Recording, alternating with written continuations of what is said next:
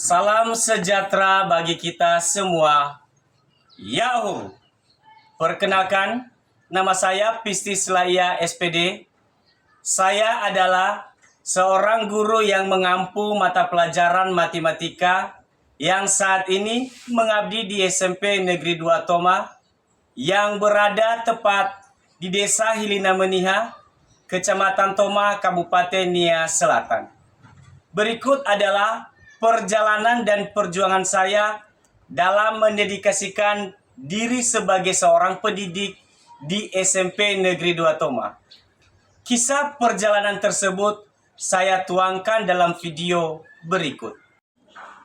Pada pukul 6.30 pagi hari, udara masih sejuk dan langit mulai menampakkan cahaya mentari. Saya bersiap untuk berangkat dari rumah. Jaket, helm, dan tas punggung sudah siap menemani perjalanan panjang pagi hari ini. Perjalanan yang saya tempuh menuju ke tempat sekolah menempuh jarak kurang lebih 14 km melewati jalan darat.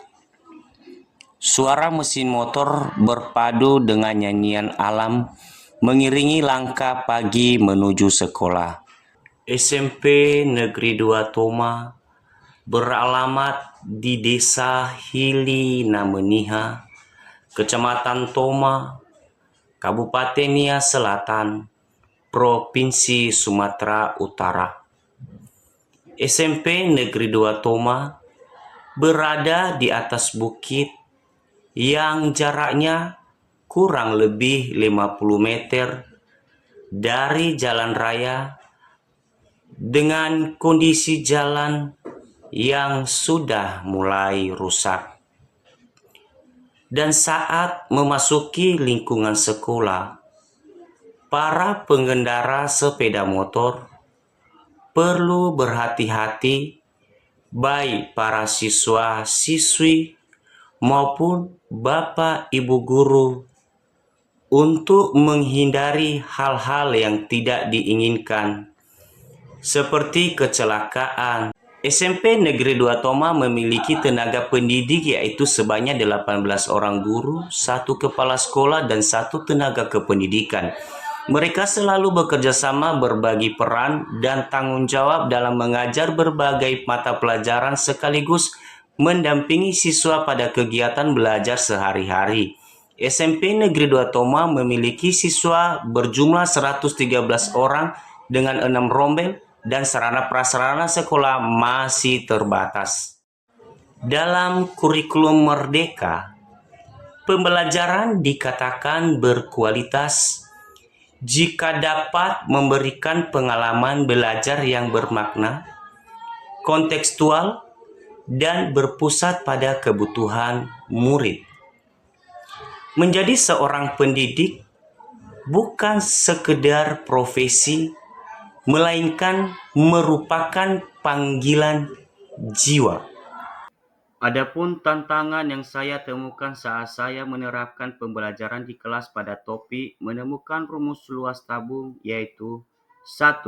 Kesulitan siswa dalam memahami konsep 3 dimensi. Banyak siswa belum mampu membayangkan bentuk tabung secara utuh dan mengaitkannya dengan jaring-jaringnya, sehingga mereka kesulitan melihat hubungan antara bagian tabung dengan rumus luas permukaannya. 2. Adanya perbedaan kemampuan berpikir abstrak antar siswa. Beberapa siswa mampu langsung memahami konsep melalui penjelasan teoritis, sedangkan lainnya memerlukan bantuan visual konkret seperti model fisik atau gambar. 3. Keterbatasan media dan alat peraga, di mana sekolah belum memadai sumber belajar untuk mendukung pembelajaran berbasis visual atau eksperimen sederhana, misalnya menggunakan benda nyata seperti kaleng atau tabung plastik. 4. Menumbuhkan minat belajar siswa. Banyak peserta didik menganggap materi ini sulit dan membosankan karena melibatkan rumus dan perhitungan. Pembelajaran matematika di era kurikulum tahun 2025 menuntut guru untuk menghadirkan proses belajar yang tidak hanya menekankan pada kemampuan berhitung semata, tetapi juga pada pemahaman konseptual, penalaran logis, kreativitas berpikir, serta kemampuan mengaitkan konsep dengan kehidupan nyata. Pendekatan pembelajaran mendalam atau deep learning menjadi salah satu strategi yang efektif untuk mewujudkan tujuan tersebut. Pada tahap aksi ini, saya bagi ke dalam 3 fase utama, yaitu tahap eksplorasi, tahap elaborasi, dan tahap konfirmasi. 1. Tahap eksplorasi. Pada tahap ini, setiap kelompok mulai mengamati benda berbentuk tabung yang telah disediakan. Mereka mengukur jari-jari dan tinggi menggunakan penggaris, mencatat hasilnya, kemudian memotong dan membentangkan permukaan tabung menjadi beberapa bagian. Siswa terlihat antusias saat menyadari bahwa selimut tabung ternyata membentuk persegi panjang dengan ukuran panjang sama dengan keliling lingkaran dan lebar sama dengan tinggi tabung. 2. Tahap elaborasi. Pada tahap ini, terlihat bahwa siswa dengan kemampuan tinggi membantu teman sekelompoknya yang masih bingung. Mereka belajar untuk berkolaborasi, berargumentasi, dan mengkomunikasikan ide secara matematis. Salah satu kelompok bahkan mengaitkan konsep ini dengan kehidupan nyata, misalnya menghitung luas kertas yang dibutuhkan untuk menutupi sebuah kaleng minuman. 3. Tahap konfirmasi. Pada tahap ini, masing-masing kelompok menjelaskan bagaimana mereka menemukan rumus luas permukaan tabung, dan saya memberikan umpan balik terhadap argumentasi mereka. Saya juga mengajak siswa untuk menyusun rumus secara simbolik bersama-sama di papan tulis. Kemudian kami mencoba menerapkan rumus tersebut pada beberapa contoh soal kontekstual seperti menghitung luas kertas pembungkus kaleng susu dengan jari-jari dan tinggi tertentu. Selama proses ini, siswa berpartisipasi aktif, mengajukan pertanyaan, dan menyadari bahwa rumus yang mereka temukan bukan sekedar hafalan, melainkan hasil dari proses berpikir logis dan pengalaman konkret. Artinya, prinsip pembelajaran, yaitu berkesadaran, bermakna, dan menggembirakan, dan pengalaman belajar, yaitu memahami, mengaplikasi, dan merefleksi, sudah nampak pada proses pembelajaran sehingga para peserta didik termotivasi dan ada rasa ingin tahu terkait penerapan rumus luas tabung pada beberapa contoh soal kontekstual. Pada kegiatan refleksi ini, sebagian besar siswa menjawab bahwa mereka merasa lebih memahami konsep karena menemukan sendiri melalui kegiatan membongkar bentuk tabung. Ada juga yang mengatakan bahwa kegiatan ini membuat matematika terasa lebih menyenangkan dan tidak sekedar menghafal rumus.